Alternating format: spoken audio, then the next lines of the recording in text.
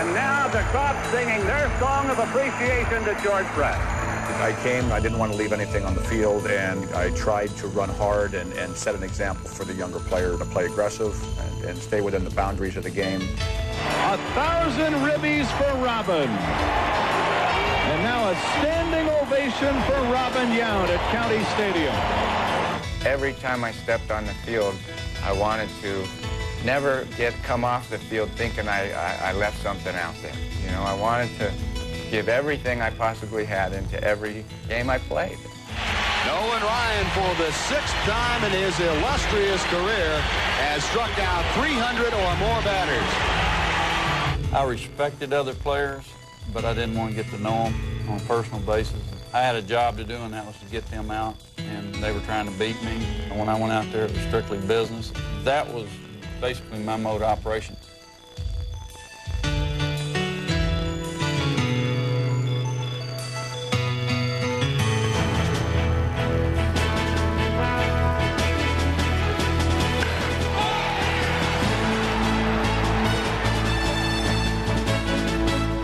Welcome to the National Baseball Hall of Fame and Museum. I'm Peter Gammons. Since the original group of inductees in 1936, the class of 1999 is one of the most prestigious. The 3 players elected by the Baseball Writers Association, George Brett, Nolan Ryan, and Robin Yount, are unquestionably 3 of the greatest players of the last 30 years. Nolan Ryan, perhaps the most dominating power pitcher in history, as proven by his Major League record 7 no-hitters. He holds the mark with 383 strikeouts for a single season and 5,714 for a career. George Brett, who captured the hearts and imaginations of baseball fans with his storied run at 400 in 1980. Brett left the game an MVP, a batting champion in 3 different decades, and owner of 3,154 career hits. And finally, Robin Yount, who broke into the major leagues as a teenager at age 18. Yount quietly went about the business of collecting 3,142 hits and earning MVP honors at shortstop and center field. On Sunday, Brett, Ryan, and Yount will go up on these walls and join the rest of the immortals. Right after their election, the 3 sat down for a roundtable reflection of their careers. It begins with a discussion about competitiveness, their on-field relationship with one another, and the art of intimidation. Your memories were all about winning. And, you know, people talk about modern-day players and the money they make, but the biggest thing you hear today is, I want to play for a winner. I mean, is that still the essence of being a great athlete? I think so. I think everybody that's a competitor, the bottom line is winning.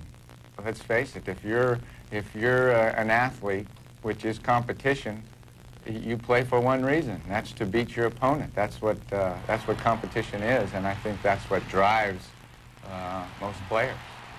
I'll never forget the feeling of going to bed the night before Game 7 of the World Series. And that's something that I wish everyone could experience. But that's what baseball and sports is all about, that the not knowing what's going to happen tomorrow and to rise to the occasion and to do something special to help your team win. And in a must-win, do-or-die situation, that separates men from men. There's a camaraderie there. You can take all your personal and individual success, but winning as a team, and everybody on that team feels like they contributed, and it's a special union there, and it's a goal that you seek as a group.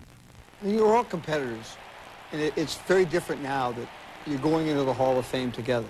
I mean, weren't there times in your careers when you really, maybe not disliked, but really wanted to beat 2 out of the other 3 guys here?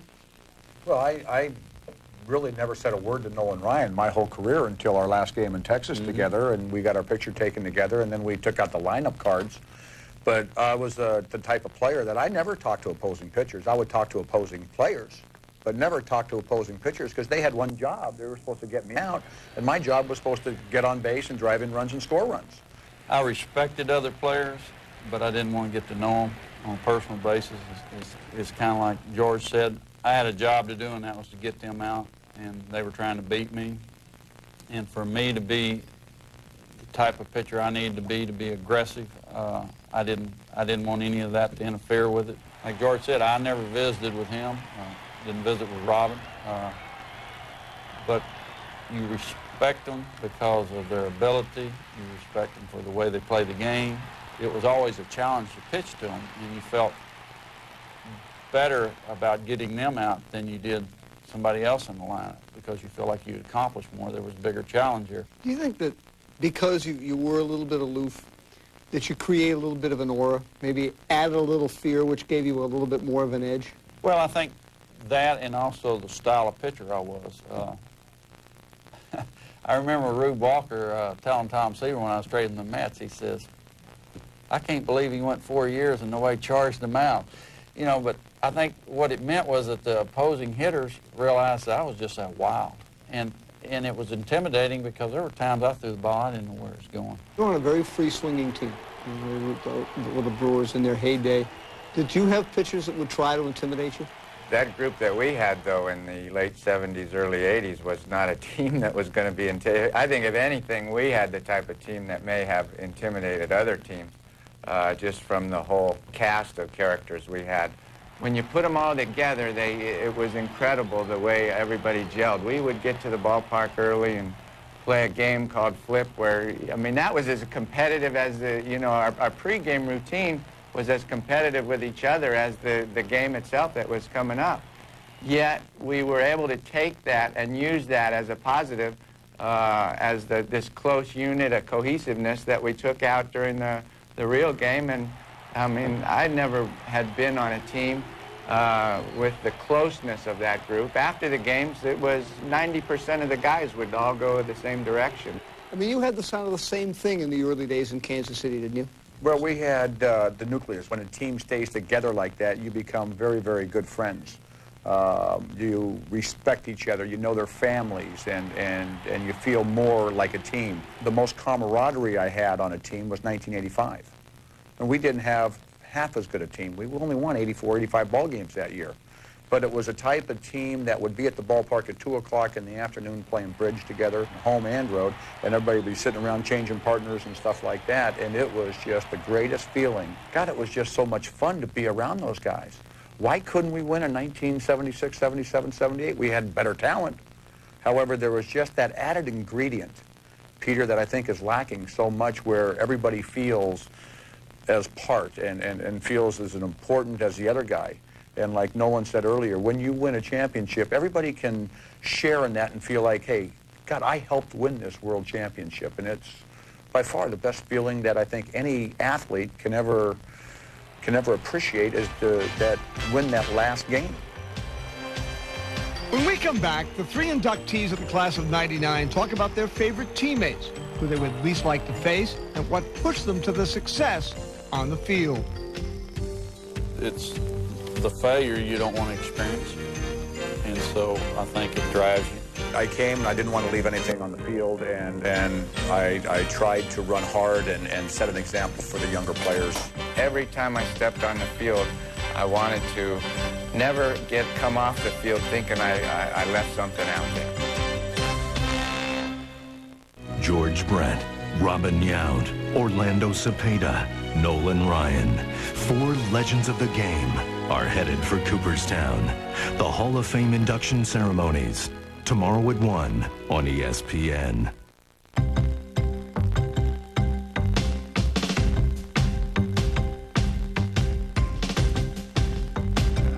The 0-1 pitch. Swings, and here it is! A base hit into right center. He's done it. 3,000 for Robin. Tim Fortuno's pitch ripped on one hop off over belt into right field. And that is number 3,000. The fireworks go off. George Brett with a 4-for-4 night in Southern California has his 3,000th hit. That's it. Number 7 is in the books. The remarkable Ryan has done it again. This year marks the first time since 1992 that 3 players were elected. The first time since the inaugural year in 1936 that 3 players that were on the ballot for the first time were voted in. Yount and Brett give Cooperstown 16 players with 3,000 hits, 12 of whom were voted in on the first ballot. Ryan is the 20th 300-game winner. As our roundtable continues, the inductees talk about their favorite teammates, the players they least like to oppose, and what drove them the hardest. A friend of mine who used to scout in the American League once told me that over a 4-year period, the fastest he ever got you to first base was in 3.9 seconds. The slowest he ever got you was at 4.0 seconds. Would you kind of like that to be your epitaph? I think the fact that that I was able to push myself oftentimes when you really didn't feel 100% or didn't, you know, playing baseball on an everyday basis can be difficult at times to get yourself up to play every single day. Every time I stepped on the field, I wanted to never come off the field thinking I left something out there. George, I remember that last September, and I asked you about, did you want to go out with a home run? And you said to me, no, I want to hit a ground ball to second base and bust my butt down the first baseline. Do you still feel that's... No, I did that my second to the last at-bat in Texas and then ran hard to first, but my last at-bat I got a base hit. That was a better way to end it. But a lot like Robin said, you know, I came, I didn't want to leave anything on the field, and I tried to run hard and set an example for the younger players, much like Hal McRae showed me when I first got to the big leagues. You're all now Hall of Famers.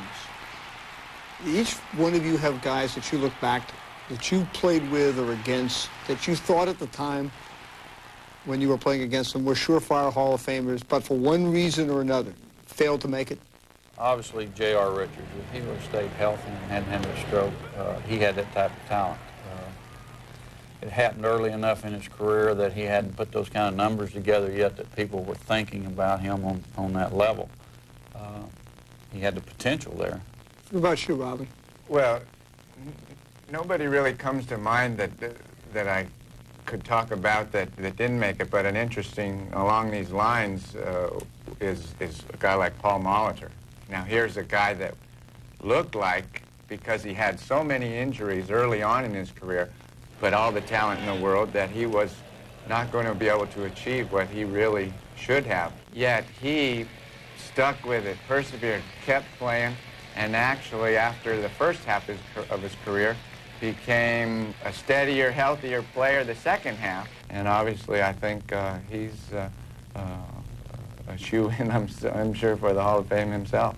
If you woke up the night before you went into Cooperstown, who'd be the one pitcher you didn't want to face in your dreams? Terry Forster, when I first came up to the major leagues in 1974. They had him and Gossage, they were relievers for the White Sox. It took me 3 years to hit a ball fair off him. As a youngster with the Mets, it would have been Willie McCovey because I was pretty much a one-pitch pitcher, and it didn't matter how hard you threw. Willie could catch up with the ball, and left-handers were the guys that gave me the most trouble. How about you, Robin? That's easy. Goose Gossage was by far gave me the most nightmares. Obviously, George doesn't feel that way, but I was a left-handed hitter. I had something working for me. But yeah, there was just something about Goose and myself that the matchup didn't work out too well. You only got one chance every game, and it usually didn't work out in my favor. Who was the best teammate you ever had, and why?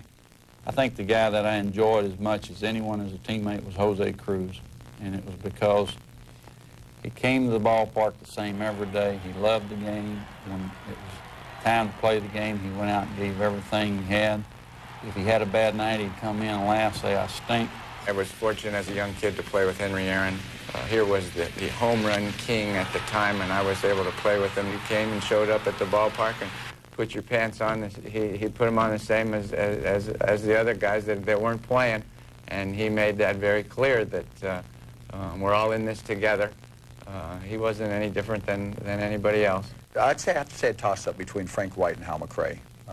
Frank's defensive skills were just phenomenal, and Hal McRae taught me how to play the game. His intensity, his fire, his aggressiveness.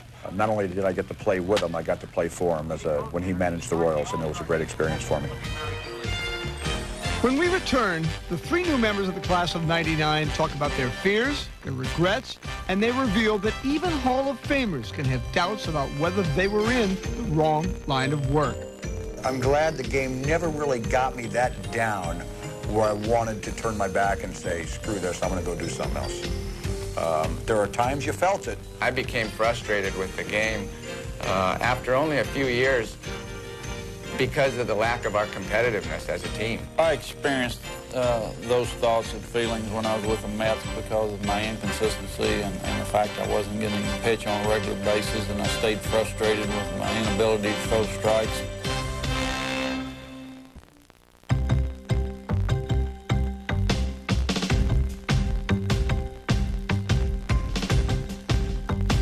You put all the good hitters in and you shake it up. If George Brett come out first, you take him and you go on and you haven't missed a beat. George got better and better and better. One day I said, Nolan, do you ever go out and warm up and just feel especially good? And we warming up and say, man, this is going to be fun. This is going to be easy. He said, not once. You know, it's like 500, 600 starts, whatever he made. And that, you know, to me, that spoke to the intensity of his work ethic. To develop from, you know, a guy who had a lot of potential to a Gold Glove Most Valuable Player in 1982 was incredible. And then to see him be the leader of that club over the next 10 or 11 years while he remained a Brewer, you know, just probably one of the most enjoyable parts of my stint as being a member of that organization was having a chance to be his teammate during that time.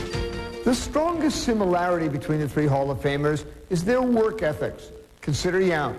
He's the only player ever to have won Gold Gloves at the two skilled positions, shortstop and center field.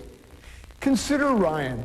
His one-time catcher, Jeff Torborg, remembers the time that Nolan threw a pitch so hard that it tore right through the webbing of Torborg's glove and ended up on the backstop at Fenway Park. And finally, consider Brett. His one-time boss and current Braves general manager John Sherholtz once said, George could wake up on Christmas morning and hit a line drive. In our final segment, the three inductees talk about what each would have done differently and how each struggled with self-doubt before achieving success. Don't you ever have any time when you sincerely thought, maybe this isn't going to be it for me? Well, I experienced those thoughts and feelings when I was with the Mets because of my inconsistency and the fact I wasn't getting a pitch on a regular basis, and I stayed frustrated with my inability to throw strikes. And those days helped me later in my career when I started being successful, and you would have setbacks that you realize that that's all part of a career. There's peaks and valleys, and you have to experience those things. What about you, George? You know, I never really thought maybe I was in the wrong line of work or anything. It was, you know, I graduated high school and probably wasn't the best student I could be or should have been. Very, very fortunate to get a chance to play baseball. But you look back at it now, 23 years later, and you know what? It was a pretty good experience. I'm glad the game never really got me that down where I wanted to turn my back and say, screw this, I'm going to go do something else. There are times you felt it, but really, I had no place else to go. I had no one knocking on my door offering me jobs, you know. So I just stuck with it as long as I could. I can honestly say when I first got there, it was great to be a major league player. You know, hey, I'm a big league player. It's amazing how fast that wore off. I became frustrated with the game after only a few years because of the lack of our competitiveness as a team. That made me weigh oftentimes whether I really wanted to do this, but to then start finding some success, I finally felt that all of that hard work was worthwhile. We had never won up until that time, and then finally experiencing, at least getting to the World Series. Not winning the seventh game is still the thing that I regret most of my career. I don't have that World Championship ring. And that, to this day, hurts more than anything that I ever did in baseball. That's the thing that I regret most, is not winning that seventh game. One word I think of in all of your cases is fearless. Is it possible to play a long time and have as much success and not be fearless? I was scared to death every game. Every time I put on that uniform, I was scared to death. That's the honest to God truth. Because I don't know anybody that wants to go out in front of 20, 30, 40,000 people and fail. And you always have that doubt, regardless of how many hits you've gotten and what your batting average is, that you might go 0 for 4 and strike out 3 times. Were you scared? Well, you learn to deal with that. It's the failure you don't want to experience. And so I think it drives you. If you're fearless, then sometimes you can get careless.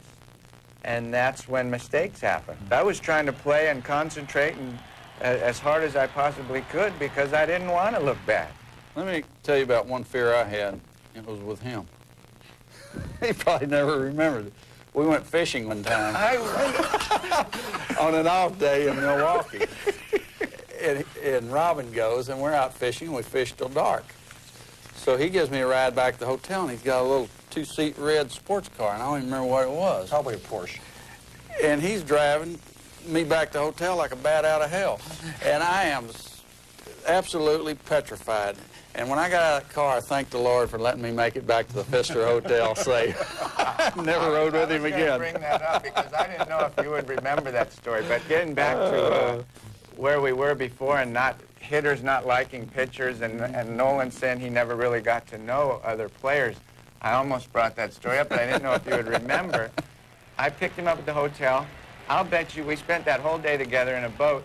We didn't say 2 words to each other the whole time. We sat there, we fished, and there was very little conversation the whole time. Dropped him off at the hotel. I'm glad now that I scared him a little bit. I didn't realize that. But, yeah, that was, I guess, part of that whole deal. He probably didn't want to get too close. He was expecting to go fishing with a friend of his that was on his team earlier. I showed up, and there was very little talk throughout the whole day. So you'll talk more in Cooperstown than you talked that day. I'm sure we will. Still to come in our Hall of Fame roundtable discussion, some final thoughts on what will be one of the more historic scenes at Cooperstown when this trio of electees take the stage for the Class of '99 Hall of Fame induction on Sunday.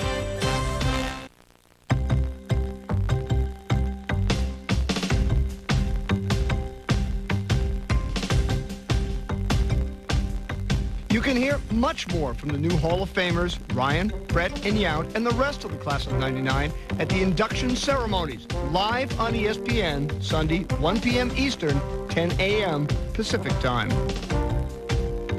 Brett, Ryan, and Yount are very different individuals, but 3 of the most competitive athletes and best people I've ever covered. The last out of Ryan's 7th and final no-hitter was Robbie Alomar, who said he wanted to run out to the mound and shake Nolan's hand because when Robbie was a kid and his father was an Angel teammate, Nolan used to throw him one wiffle ball after another, and Robbie couldn't hit him then either. Yount might be the most modest man in this whole hall. He also might be one of the most fearless. When he cracked up his car at Riverside Raceway, he said he wasn't afraid, he was just sorry he ruined a perfectly good car. As for George, in my 30 years, he is the one man I would want at the plate with the game on the line. And Bobby Cox once agreed he walked in with the bases loaded intentionally in the 1985 playoffs. Thank you very much for joining us in this Hall of Fame roundtable discussion. This is Peter Gammons, ESPN. This has been a presentation of ESPN, the worldwide leader in sports. For more, log on to ESPN.com, a part of the Go Network. Go.com.